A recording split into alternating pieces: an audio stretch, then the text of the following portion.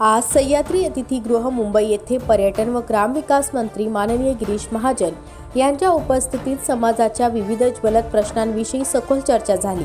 लवकरच समाजाचे प्रश्न मार्गी लागतील असे आश्वासन मंत्री महोदयांनी यावेळी दिले।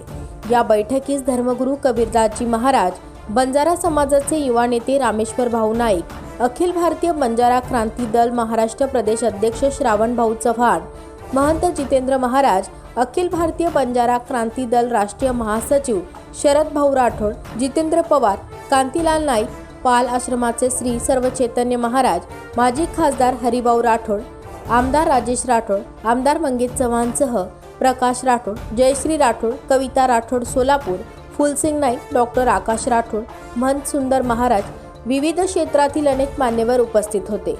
यावेळी श्रावण भाऊ चव्हाण यांनी समाजाच्या विविध समस्या नामदार गिरीश भाऊ महाजन यांना व्यवस्थित समजावून सांगितल्या।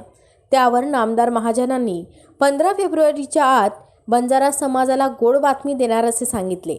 संजय राठोड, प्रश्नचिन्ह न्यूजसाठी साक्री।